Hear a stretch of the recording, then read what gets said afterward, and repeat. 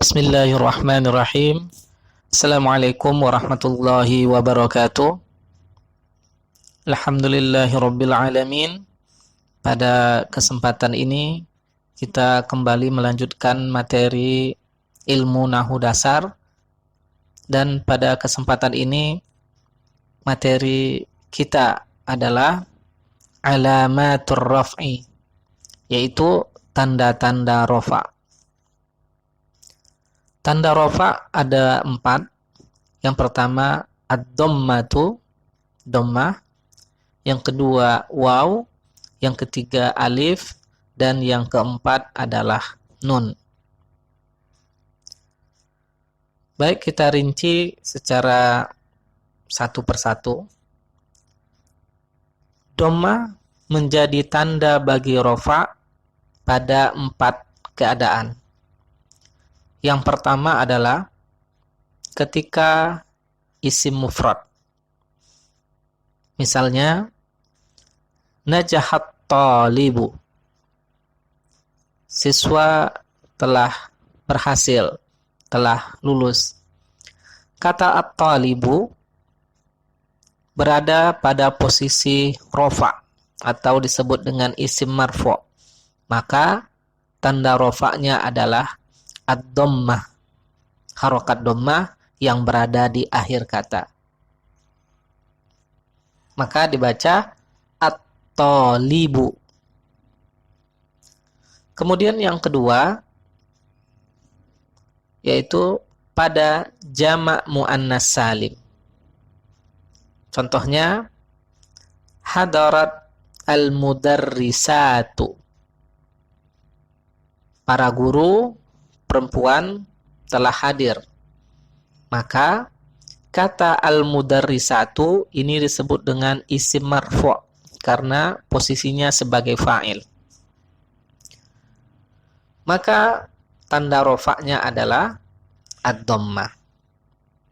Kemudian yang ketiga, pada jamak taksir. Contohnya, qamar rijalu. Kata ar-rijalu merupakan jamak dari kata ar-rajulu. Jamaknya ar-rijalu. Kata ar-rijalu ini juga berada pada posisi rofa' atau disebut dengan isim marfu'. Maka tanda rofa'nya adalah ad-dhammah. Dan yang keempat, yaitu pada fi'il mudhari'. Dengan syarat fi'il mudhari' ini akhir hurufnya tidak bersambung dengan sesuatu apapun, seperti alif tasniyah ataupun dengan waw jamak. Contohnya, yansuru Muhammadun aliyan. Maka kata yansuru diberi harokat dhammah. Nah, ini merupakan tanda rofa' yang pertama. Sedangkan tanda rofa' yang kedua, yaitu waw ataupun huruf waw. Waw ini menjadi tanda bagi rofa' pada 2 keadaan. Yang pertama, pada jamak mudzakkar salim. Contohnya, hadaral muhandisuna. Para insinyur itu telah hadir. Maka kata al-muhandisuna ini merupakan isim marfu', isim yang dirofa'. Maka tanda rofa'nya adalah waw. Kemudian yang kedua, yaitu pada al-asma al-khamsah atau disebut juga dengan isim yang 5. Apa saja isim yang 5 itu? Yang pertama abun, yang kedua akhun, yang ketiga hamun, yang keempat fu, dan yang kelima zu. Contohnya, ja'a akhuka. Saudara kamu telah datang. Maka kata akhuka ini merupakan salah satu dari isim yang 5. Maka tanda rofa'nya adalah waw. Kemudian tanda rofa yang ketiga, yaitu alif. Alif menjadi tanda bagi rofa pada satu keadaan saja, yaitu pada isim musanna, isim tasniyah ataupun isim yang menunjukkan dua, baik muzakkar maupun muannas. Apa contohnya?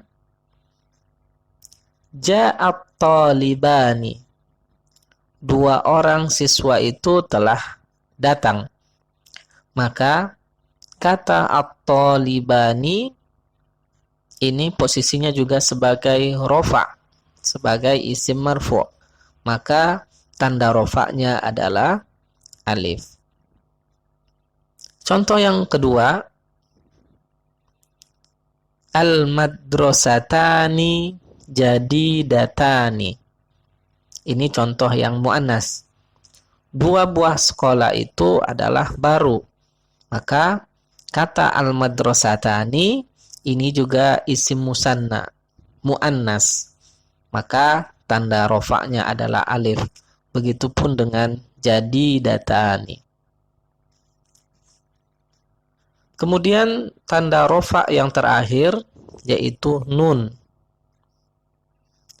Nun menjadi tanda bagi rofa pada fiil yang 5 atau disebut juga dengan istilah al-af'al al-khamsah.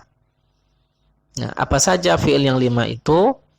Wazan-wazannya adalah yaf'alani, yaf'aluna, taf'alani, taf'aluna, taf'alina.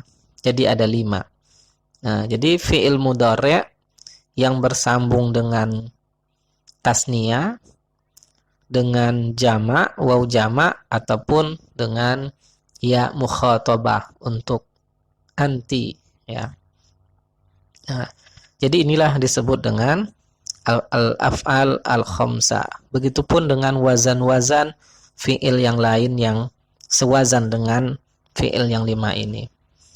Baik, inilah yang disebut dengan tanda-tanda rofa.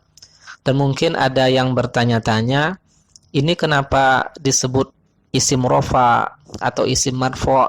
Maka itu akan kita pelajari pada bab selanjutnya yang disebut dengan isim-isim yang dirofa. Apa saja isim-isim yang dirofa? Contohnya fa'il, mubtada, khobar, isim kana, khobar inna, dan seterusnya. Nanti akan kita bahas. Jadi untuk materi tanda-tanda rofa ini harus dipahami dan dihafal, dan ini menjadi acuan kita, menjadi kaidah untuk memberi harokat sebuah kata dalam kalimat di bab-bab berikutnya. Sekian, mudah-mudahan bermanfaat. Wassalamualaikum warahmatullahi wabarakatuh.